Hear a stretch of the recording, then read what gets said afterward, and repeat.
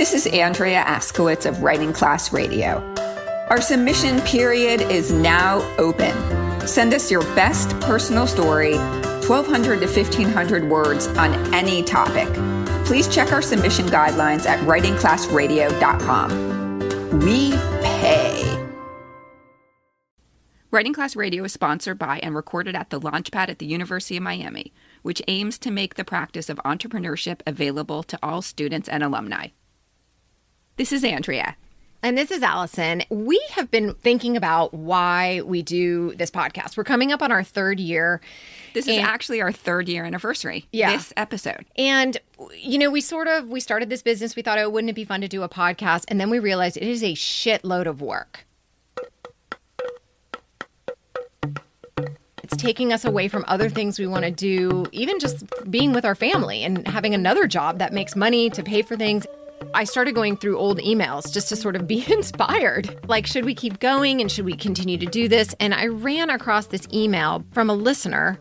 His name is Larry Silver, and he sent us this. I listen to your podcast and am amazed at how you and the others are able to strip down to your bare emotional selves. You are exposed, vulnerable, and from my point of view, not safe. By doing so, however, you reassure your listeners that your inner demons are not so different from theirs. It's a cathartic journey for both you and listeners like me.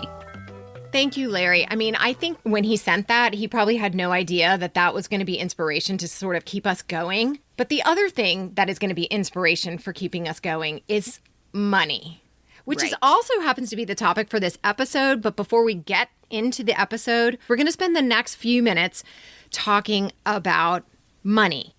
And asking for money. We've asked you to support us, but we only have a handful of people that get off their wallet and say, we're going to send money. Why? Why are those people giving money, and why aren't you? I heard this pitch by Sam Harris where he spent several minutes on the Waking Up podcast asking for money. The first thing he said, which I thought was really beautiful, and we're just going to steal those words. If giving even a few dollars causes you any financial stress, then this appeal is not directed at you. But for everyone else, we are going to tell you why it's important for you to give, why we want you to give, why we want you to be a part of this movement. Let's see. We started Writing Class Radio because why? We wanted to open lines of communication and understanding, and we know that storytelling brings people together. Here's the thing. What we're doing is we are now appealing to the people who are enjoying the stories that we put out and asking them to please value us and show us that they value us by donating. Being a donor makes you part of a bigger movement of storytellers and storytelling podcasts that use stories to help us understand each other. It's like a club. Be a part of that club. We have a mission here that we believe in. We're actually storytelling missionaries. We care so much about writing and sharing our stories because we know that writing and sharing our stories helps people come together.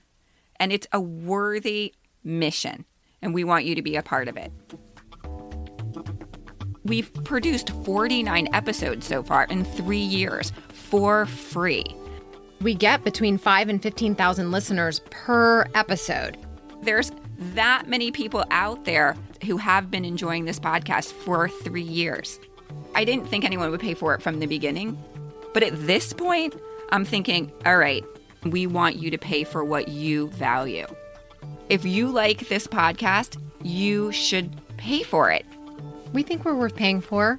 Here's your favorite expression. Get off your wallet and support this show that we know you love. Until now, we've just been raising money by teaching classes that normally we would just put in our pockets, but we've been funneling into this podcast. And we're on episode 49. This is it. And we believe that the podcast should pay for itself. We also have big plans. We want to do a whole prison series. Yeah. And we want to take the show on the road. You know, we want to go to different cities and teach classes and, you know, have live shows and stuff. I mean, that's our goal, but so far it would be nice to pay our staff a fair wage. And ourselves. I'm saying our staff. Staff, me and you. Including us and our audio producer. talking about money is awkward, but we need it, and we want to keep this podcast going, and we really hope that you value us enough to go ahead and get on our website and click the donate button and make it happen for us. If you hear these stories and you feel less alone, that's what we're talking about.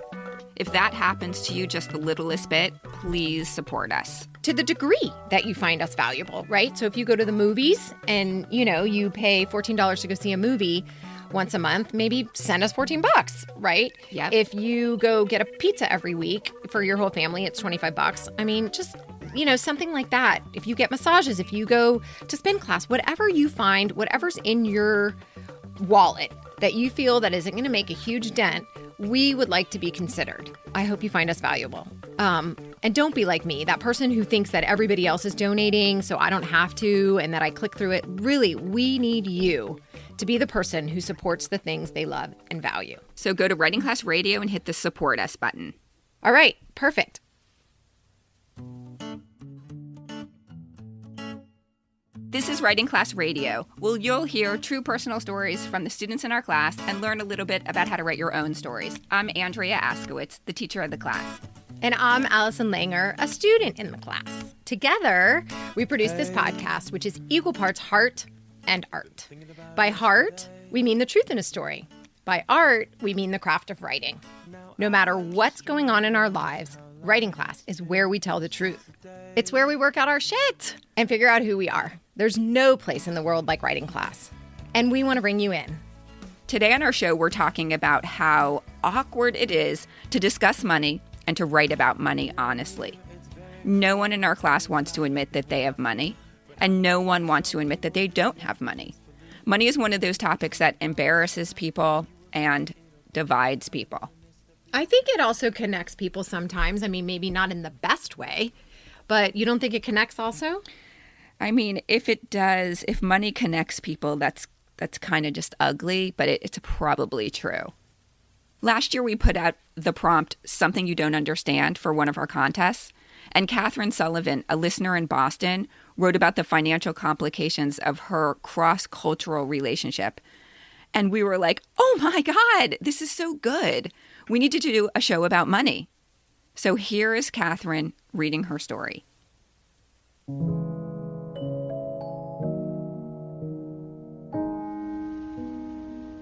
I'm from the U.S., and for the past 2.5 years, I have been drowning in the complexities of a cross-cultural relationship with my Colombian boyfriend. While there is a language barrier and punctuality issues, money is the topic that pulls us both under. Just 2 months into our courtship, I moved into his house in Cali, Colombia. This jump threw us into the land of shared household costs. I've never lived with a partner before, and so I thought, let's make things easy and keep finances separate. I come from an individualistic culture where Venmo and splitting the tab is ingrained into all social interactions. It felt natural to split everything 50-50. It didn't occur to me that other cultures do it differently, or that my novio would see our arrangement in any other light. I failed to consider that we weren't starting on an even playing field. The differences in our country's economies gave me a 200-meter head start in a 400-meter race. He's 46, and I'm 24. But I rejected the social expectation that just because he's an older man, he should take care of me. However, it didn't occur to me that I'd be taking care of him. Almost immediately after we met, he faced an ugly slump, otherwise known as unemployment. For an entrepreneur like my boyfriend, this meant that while he was still putting in all the hours, he wasn't getting paid. Meanwhile, I wasn't making a ton, but the California-based science magazine I worked for remotely paid me enough money to support myself. My US dollars thrived with the high currency exchange rate. On my boyfriend's 47th birthday, we spent a week in Cartagena.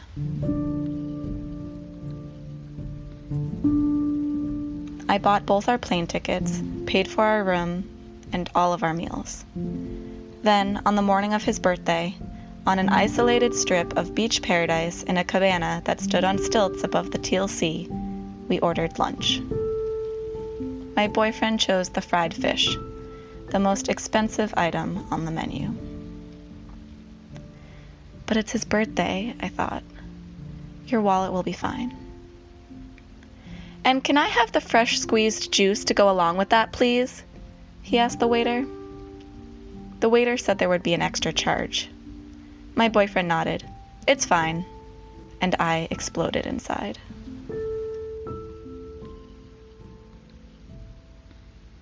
I can't recall my exact words. But when the bill came, I said something passive-aggressive, like, "Do you want to split it?" He looked disappointed. The day was ruined. I wanted to have a good time, but I couldn't. Later, when we walked along the beach, I tried to hold his hand. He wouldn't take it.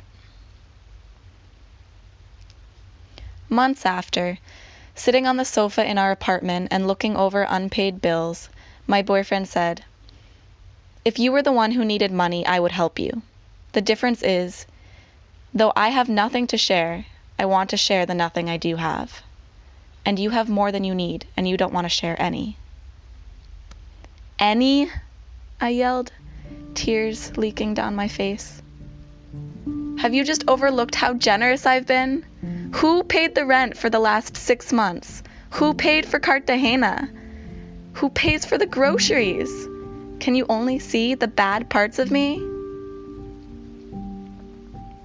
He softened and said, "I'm not saying you're bad. I'm saying you're different. Our cultures are different. You don't have to feel bad about the way you do things just because I would do them differently. And you don't have to change unless you want to." It's that "unless you want to" that gets me. We've had the same fight 100 times, and it's still so raw. Over and over, I have defended my culture and its norms that are ingrained so subtly and intensely in me that I have never even realized they were there. Do I want to change?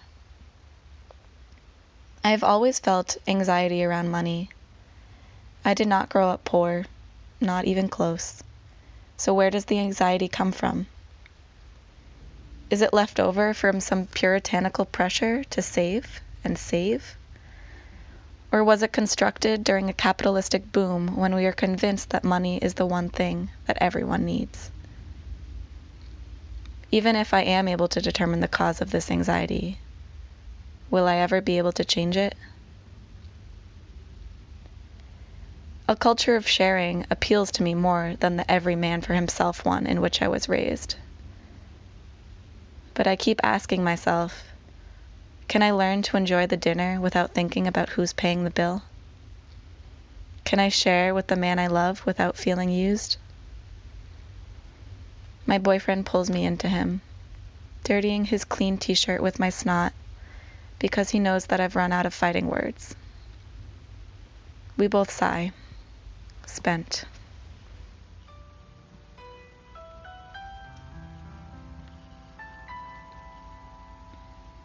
Ever since the earth was created by some God, we've defined our worth by the things that we've got.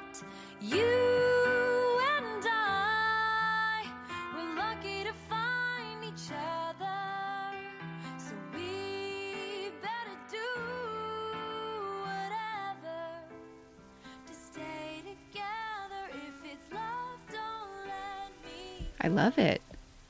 The way culture and age play such a big role. When she said that the cultural norms, and then I thought she was going to talk about like being with a man much older, but then it really was about money instead of, the age gap.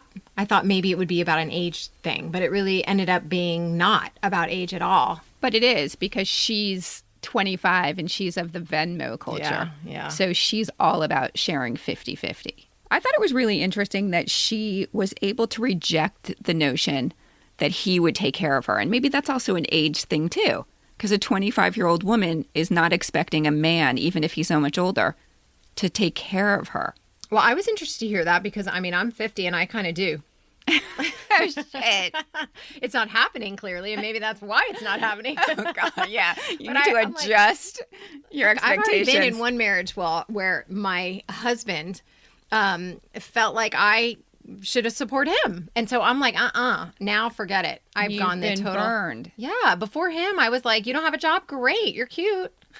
And now I'm like, Now you're like, hi, what's your job? well, I mean, just something. Hi, that what's your name? What's your can job? at least support himself. That's what I think she's asking for. I don't think she's even, like, that's what I liked. She wasn't saying pay for me. She's saying pay No. for you. Right. What I liked about this narrator is she took responsibility, and I actually thought she took too much responsibility. She started to say, "Hey, what's wrong with me? Why can't I share?" But when I heard that, I wanted to yell at her. I wanted to be like, "No, you don't need to share." And I see that that's me making a judgment on her life, but that's how it hit me. And that's what happens when you write. So even if it's your truth and it means something to you, you have to understand that it's not always going to land on other people the same way. So we have to be able to, as a writer, anticipate how it's going to land and also be really descriptive and explicit and bring in the things that will lead people down the right path. Right. So she did a good job of turning the camera around on herself. But she sort of angered me because she talked about her boyfriend valuing a culture of sharing. What? Wait, that angered you? I didn't feel like that assertion was supported. In the writing, her boyfriend is Colombian. Right. And so he grew up in a capitalist democracy. Yeah. Did he grow up on a kibbutz? I don't think so. So in what way does he value sharing? We did not... I would have liked for her to show us some sharing on his part. Yeah. Like, okay, so he doesn't have any money, so is he giving in other ways? Like maybe he's cooking and he's doing other chores while she's working. But, you know, I still got to ask, is that okay? Is this switching of traditional roles going to work for them? We don't know if they even made that deal. It sounds like, based on everything that she wrote, that they didn't make that deal. Yeah. Yeah. Have you ever been in Catherine's position? Like something like that? I actually was in Catherine's position in my most significant ex relationship, where I was dating this woman for years who she was actually in grad school, and I paid for everything. And for a while it was okay until she kept wanting to go out and eat sushi. Well, how long had you guys been dating? We were together 6 years. But the other thing that happened was she did none of the home housework stuff. Who did that? I did. Like, she was this big slob, and she was A mooch. prone to eating sushi. Yeah. So I was like, I felt So what used. happened? Well, we broke up. We broke up for a lot of reasons. But I did lose respect for her. I did feel like I was her mother instead of her lover. 6 years is a long time to stick around for that. Well, yeah, I know. I'm All very right. loyal. Maybe you got to write a story about that. Yeah. All right. So let's go back to the writing. Something else I loved about the writing was where she said, I didn't grow up poor, not even close. You know? She could have said, I have money, or my parents came from money and all that kind of stuff, but she doesn't. And so I don't know. I liked her. It was elegant. Sort of like the way people write about sex without being explicit, but that's how it landed on me, and I thought it was really well done. But you know what it made me think of? How awkward it is to say. So she said, I didn't grow up poor, not even close. But she could have said, I grew up totally rich. I don't know if she grew up totally rich. I'm just saying it would have been so shocking if she had said, I grew up totally rich. I mean, my family was upper class. No one says that. We're so trained in this country, in this culture, to say even we all claim to be middle class if we have money. Well, you're told at a very young age, no, don't talk about money. Don't tell anyone you have money. Don't tell anyone you don't have money. Don't talk about money. Right. So it's hard to write about money. Really, really. That's why it's so hard, because it's It's awkward. Yeah. Yep. Thanks, Catherine Catherine. did a good job with it. Yes. Thank you for sending that in. It's not easy. It's not easy to share these things, and we're really, really grateful that you did. So thank you, Catherine. Next up, a word from our sponsors. Hey, writers. For the last 45 years, I've been going to tennis clinics to practice forehand, backhand serves. What does this have to do with writing? Well, practice, I've learned in the last 45 years, is what it takes to get good at anything. And that's why Writing Class Radio hosts a tips clinic, a writing tips clinic. We do this every second Saturday so that we can all practice going to scene, writing like we speak, omitting needless words, everything that it takes to become great, or at least better at writing.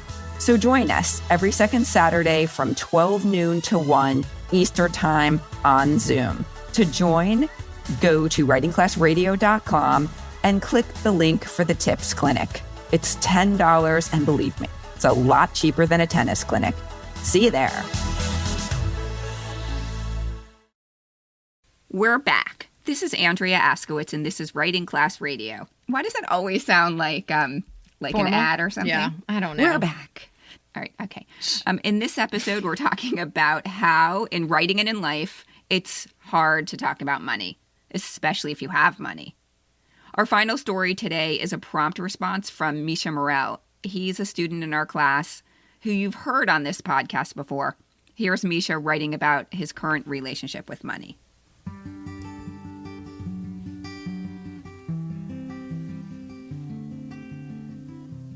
I used to actually be 14 years old. Now I'm 27 years old, but I act like I'm 14 years old. I'll sit on the couch and dissolve into this cozy, peaceful slouch, staring at the TV, feet up, and I think, I'm a real man. Look at me here, sitting with my feet up, taking a break at the end of the day. Maybe later I'll have sex with my girlfriend if she wants to. The way real men do. Hard-working men who spend their day working, providing, creating, and come home to relax and let go. But I'm not taking a break from anything because I don't have a job. I was looking hard, but then I gave up. I give up pretty quick. Like the time I got an internship at this prestigious production company in college called Magnolia Pictures. And on the second day, I sent an email to my boss telling her that the job just wasn't for me. This is the 14-year-old. Acceptable behavior for a teen, maybe even a little bit in college, but not at 27. I need a fucking job. I need to learn to value the dollar. I grew up getting what I wanted.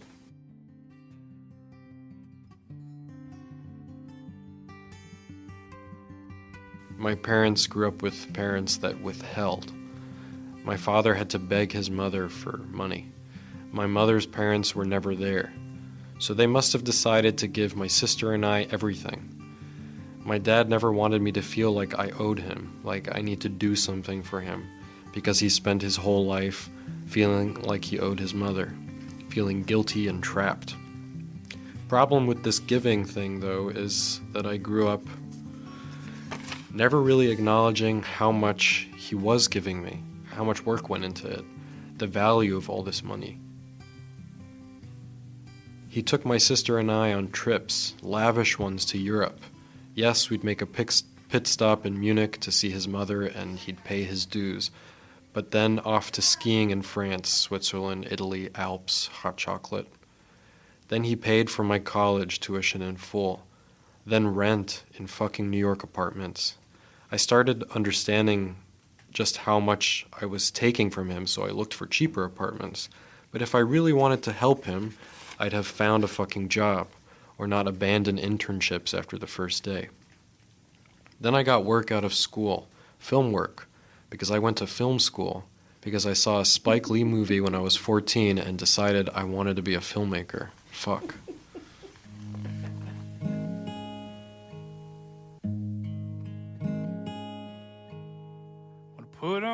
suit and tighten my tie. Take the train downtown and work from 9 to 5. From Monday to Friday, if I can. 'Cause I wanna be a businessman. Misha is so funny. He totally admits to being a sloth. This narrator really knows himself. If a narrator admits something, even something that's not cute, then we as listeners or readers trust that narrator. This narrator is totally great at saying the hard thing. Yeah, he is. Misha says it. He says the hard thing, this hard thing about how he has money and he's just lying there with self-deprecation. Mooching off his parents, 27, not like following through with the job and everything, but putting his feet up like a man. Yeah, So maybe we'll funny. go have sex if his girlfriend will. I'm Yeah. like, this life sounds pretty good to me. Yeah. But you can tell he's thinking he's a piece of shit for doing it. And he's ready Exactly. for a change. I mean, you don't get all of that in the story, but you get a big part of you feel that this guy's making a change. And that's why we love him so much. But we noticed 2 grammatical errors, and we must say them because this is a class. And a first draft. That's true. I noticed that he said my sister and I, and the way that he said it as the object, it should be my sister and me. But I totally make grammatical mistakes all the time. We are not judging. We're just calling it out. No, and we actually tell our students that when they are in class, do not worry about grammar, do not worry about spelling, just write, because the first draft is not for perfection. It's not. It's just to get things out of your brain. So it doesn't matter to us at all, but since we're a podcast and we can't let that slide on the radio. Yeah, on the air. But that's absolutely not a criticism. But if he continues writing this story, these are the things I really, really want to know. I want to know what caused the change. So he went from this kid who's mooching off his parents and this and that, same as all of us, when growing up and going to college. And then there comes a moment where you're like, I've got to get my life together. We haven't seen a change yet. Aren't you saying you want to see if there's a change? Well, I feel like because he's writing about this, there's going to be a change. The hope of change is there, which is why I'm like, what's causing it? What's spurring it? Like, how does his girlfriend feel about it? Does she have money? Does she not have money? Is she paying for things?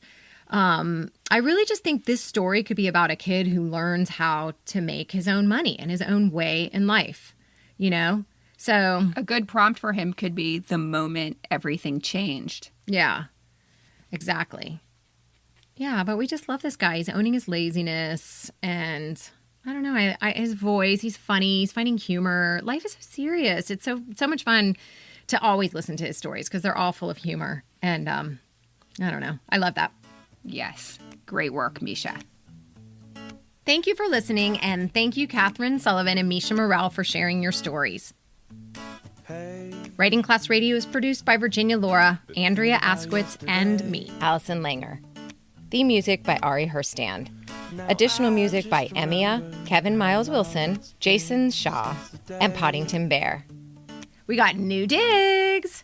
Writing Class Radio is sponsored by and recorded at the Launchpad. New digs! At the University of Miami. There's more writing class on our website, writingclassradio.com, including video classes, stories to study, and editing resources. If you love this show and enjoy all the extras on our website, hit the support us button. Hit the support us button. Oh my God, I'm going to punch her. A new episode will drop the first Wednesday of every month, so look for us. There's no better way to understand ourselves and each other than by writing and sharing our stories. Everyone has a story. What's yours?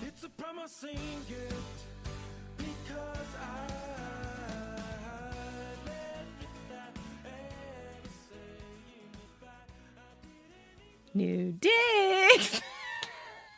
I wanted to do it. It's so funny how you sing certain things. Okay, Ambient. I'm Jeff Woods, and I'm shining a light on music and the rock stars who make it. He just was one of those people, he stood out. He was a magic guy. He really was a magic guy.